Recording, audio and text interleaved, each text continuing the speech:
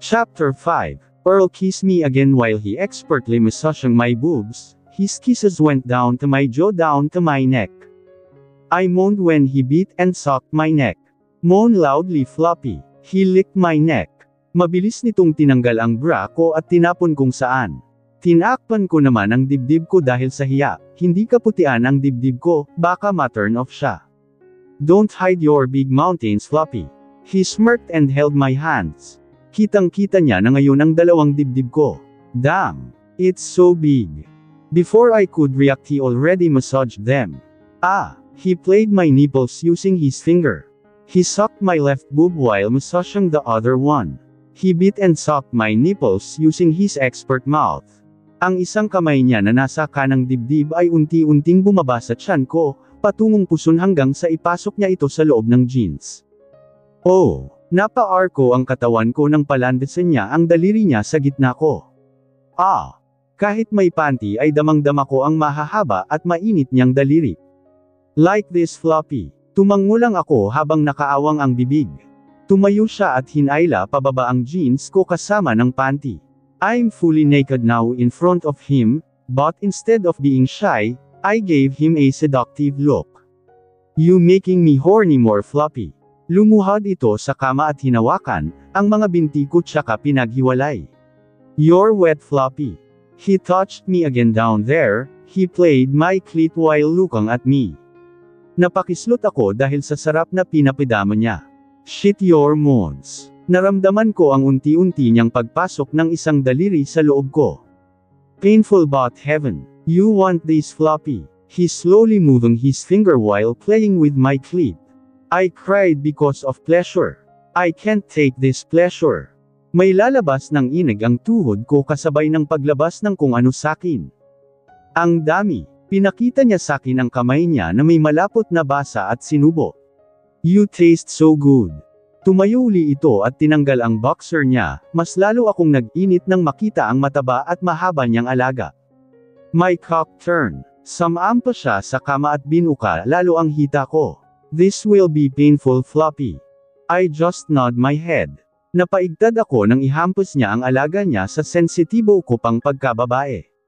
Don't tease me. I glared at him. So impatient.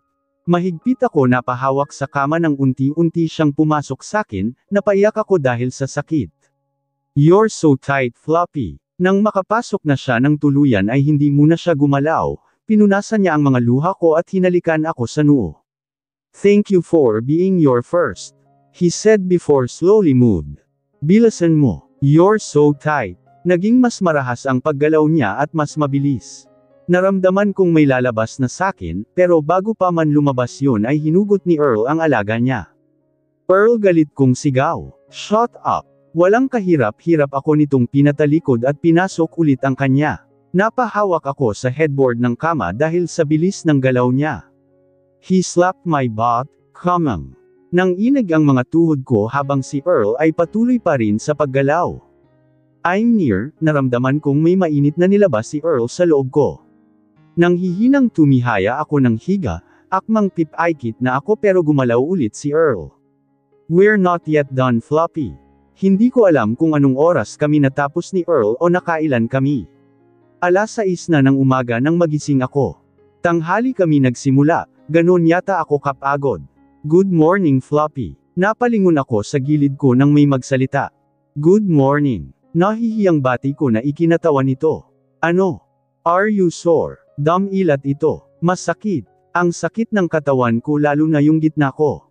Napasobra ata ako. Natatawang sabi nito. I want a morning make love, Floppy. Ha? Hindi ka pa nagsawa kahapon. Kidding. Hinalikan ako nito sa noo. Maybe when you're okay. Biglang tumunog ang tiyan ko kaya lalo akong nahiya. Let's take a bath. Walang kahirap-hirap ako nitong binuhat. Si Earl ang nagpaligo at nagbihis sakin, ika-ika lang nga ako patungong kusina, dahil masakit ang katawan ko, lalo na yung gitna ko. You want me to carry you? Tanong ni Earl pero umiling ako. You sure? Ayos lang ako. Tugon ko. Agad kaming umupo nang makarating kami sa kusina. Dinamihan ko ang pagkain. Sabi ni Manang, mukhang kailangan nyo kasi ng energy lalo ka na, Emma. Ngumisi si Manang kaya nag-init ang pisngi ko, pakiramdam ko ang pula ng muka ko. Are we too noisy, Manang? Tanong ni Earl. Agad kaming umupo nang makarating kami sa kusina. Sakto lang. Natatawang sagot nito. Sa susunod pakihinaan ang sound nyo. Take note, Earl. Hinampas ko siya sa braso. Mahiya ka nga. Why would I? This is my house. Baliwalang sabi niya. It now floppy, masyado kong naubos ang energy mo kahapon. Manahimik ka. Pinanlakihan ko siya ng mata na ikinatawa niya lang. Pati si Manang ay natawa kaya napanguso ako. Masyado ba kaming maingay? Earl, saan tayo pupunta? Nakangiting tanong ko habang nasa loob kami ng sasakyan niya. In my company. Tipid na sagot nito kaya napatango na lang ako. Earl. Napakagat ako sa ibabang labi. Kamusta na si Lor? Sa halip na sumagot ay kinuha nito ang cellphone sa dashboard at may tinawagan. It's me, sabi nito sa kausap. She wants to talk to her. Inabot nito sa akin ang cellphone niya kaya napakunot noo ako. Anong gagawin ko dyan? Talk to your friend them. Hindi ko na siya pinatapos, agad kong hinablot yung cellphone sa kamay niya. Hello, Lor. Emma, masiglang bati nito. Kamusta ka na? Okay lang ako, ikaw kamusta ka na? Sinasaktan ka ba ni Colm? Sobra akong nag-aalala sa kanya kahit pa sinabi ni Earl na ligtas siya doon. Sinasaktan? Ano ka ba, nagpapasalamat pa nga ako sa kanya, kasi binili niya ako. Huwag ka nang mag-alala sa akin Emma, mas gusto ko dito kesa kay Mama. Para akong nabunutin ng tinak sa lalamunan, mabuti naman at ayos lang siya. Basta kapag may hindi ginawang mabuti sa'yo si Colm tawagan mo ako ah. Opo, sige na, may gagawin pa ako. Sige mahal kita Lay. Mahal din kita Emma ko. Namatay na ang tawag kaya binigay ko na ang cellphone kay Earl. Thank you Earl. Nginitian ko siya ng matamis. Pakisabi kay Colm thank you din and sorry. Tumango lang siya. Good morning. Bati sa kanya ng mga empleyado nang makapasok kami. Hindi sila pinansin ni Earl, diretso itong sumakay ng elevator kaya sumunod na lang ako. Ang suplado mo naman, hindi mo sila binati. Puna ko dito.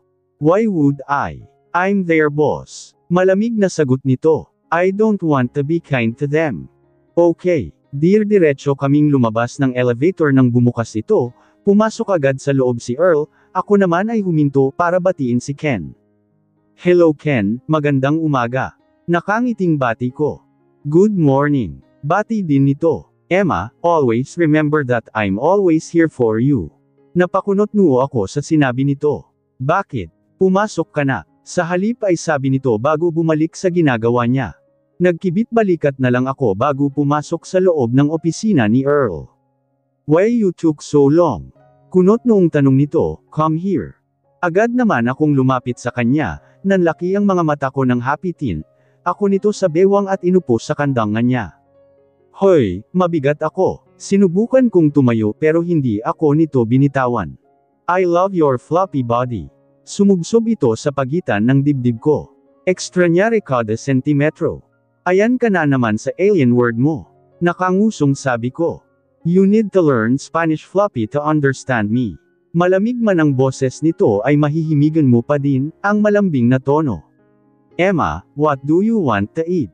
Accept from me. Bastos mo. Pabiro ko siyang hinampas sa braso na ikinatawa lang nito. Gusto ko McDo.